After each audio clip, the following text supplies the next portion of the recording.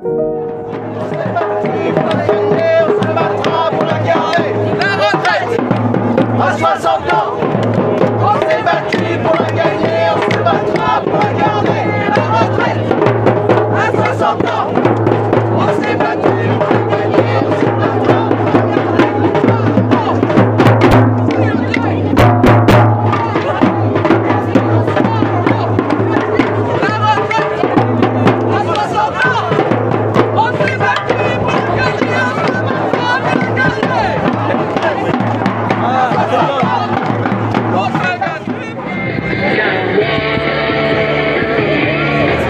c'est le 3e épisode de la série. Oui.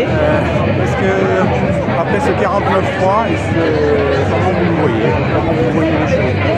Il y a deux aspects. Il y a à la fois le 49.3 qui est une irresponsabilité criante pour un président de la République qui doit rassembler son pays et le faire avancer, le faire avancer vers du positif. Aborder le projet politique par cette réforme, c'est vraiment tout ce qu'il ne fallait pas faire. Et même si des fois il y a des réformes qui ne sont pas faciles et qui demandent de la nuance, d'explication, elles doivent s'inscrire dans une stratégie et dans un projet global et qui ait du sens pour les gens. Et je crois qu'on est dans un tournant à la fois écologique et social. Et il n'a pas abordé ça de la bonne façon. Et puis hier après-midi, ces mots ont été d'une violence pas possible. Alors il ne s'en rend pas compte parce qu'il y a une sorte d'immaturité déjà. De faire des parallèles avec ce qui s'est passé aux États-Unis, c'est de la provocation. Ensuite, est-ce qu'il ne le fait pas exprès de jeter de l'huile sur le feu pour avoir un grave problème et je sais même pas, c'est difficile à dire. De Gaulle à son époque, je suis l'ordre. Je sais pas, c'est difficile à dire parce que je pense que c'est peut-être même pas de la provocation, c'est peut-être juste ce que je disais tout à l'heure, une sorte d'immaturité qui fait qu'il ne se rend pas bien compte de la situation des Français, de la détresse, et que ça a été très populiste ce qu'il a dit à un moment, de dire les Français, je les ai entendus, ce qu'ils veulent pas c'est les personnes au RSA, ce qu'ils veulent pas c'est... Et là je me suis dit, qu'est-ce que c'est un président de la République qui oppose son peuple et qui stigmatise de cette façon-là, sachant que pour moi, les Français là, à l'heure actuelle, sont en train de se retrouver, parce que dans les manifestations, on voit des artisans, on voit des chefs d'entreprise, on voit aussi des gens... Oui, il a réussi à unir tout le monde contre lui. C'est ça, et surtout, est-ce qu'on parle de la taxation du capital pour trouver des recettes? Est-ce qu'on parle de la façon dont on réfléchit au travail dans notre société? Pas du tout. On s'interdit ces débats-là parce qu'en fait, c'est des débats qui remettraient en question un peu l'ordre établi. Et en fait, il laisse penser qu'il fait un choix de responsabilité, que lui, c'est quelqu'un de responsable. Je ne suis pas persuadée que ce soit si responsable que ça. Et quand il dit on ne m'a pas fait de proposition alternative, alors que les syndicats l'ont fait, alors qu'il a empêché le débat à l'Assemblée, alors qu'il a quasiment empêché le débat au Sénat, je crois que vraiment, c'est vraiment triste, mais moi je suis assez inquiète parce que la situation des Français les plus fragiles, elle va se détériorer. Quand il parle du chômage, je crois qu'il s'est plutôt attaqué aux chômeurs qu'au chômage. Et c'est une nuance importante parce que le chômage c'est une vraie question, mais là aussi c'est une question qui pose la question plus large du travail et du sens du travail.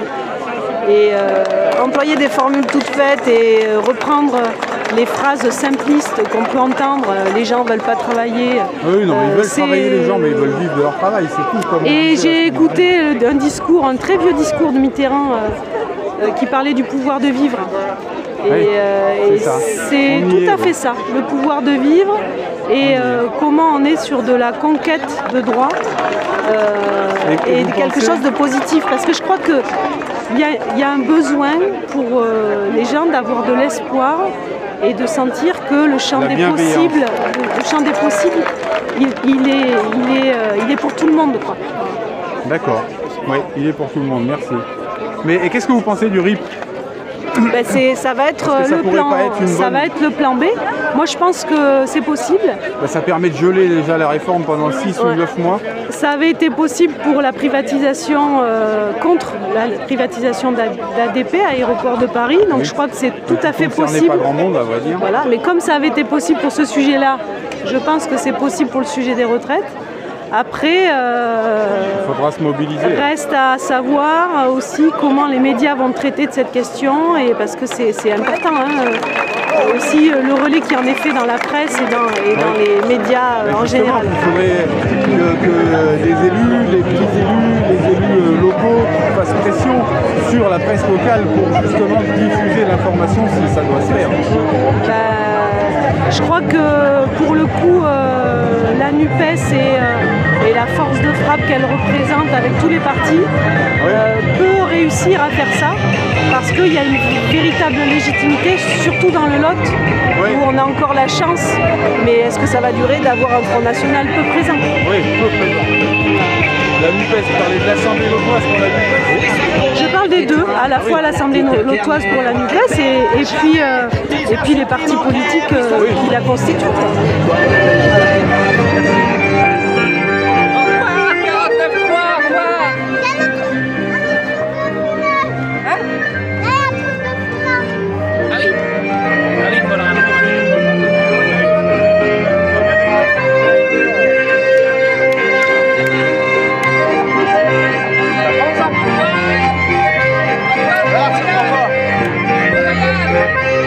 Ça marche mieux que le franc-pas.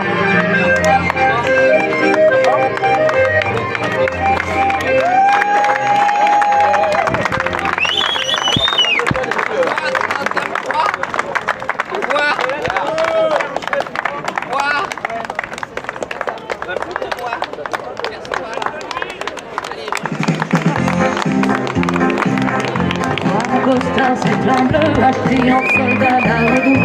J'ai le raté, je suis heureuse et victime. Je suis donc Madame Isa, je suis maire de Saint-Céré, conseillère départementale du canton de Saint-Céré, et je suis désabusé, complètement énervé, agacé par ce qui est en train de se passer, quoi. L'interview hier du président est d'un mépris pas possible. Quand il dit que 70% des gens n'ont rien compris, ça veut dire que on est 70% de Français bêtes, d'imbéciles, de neuneux, voilà.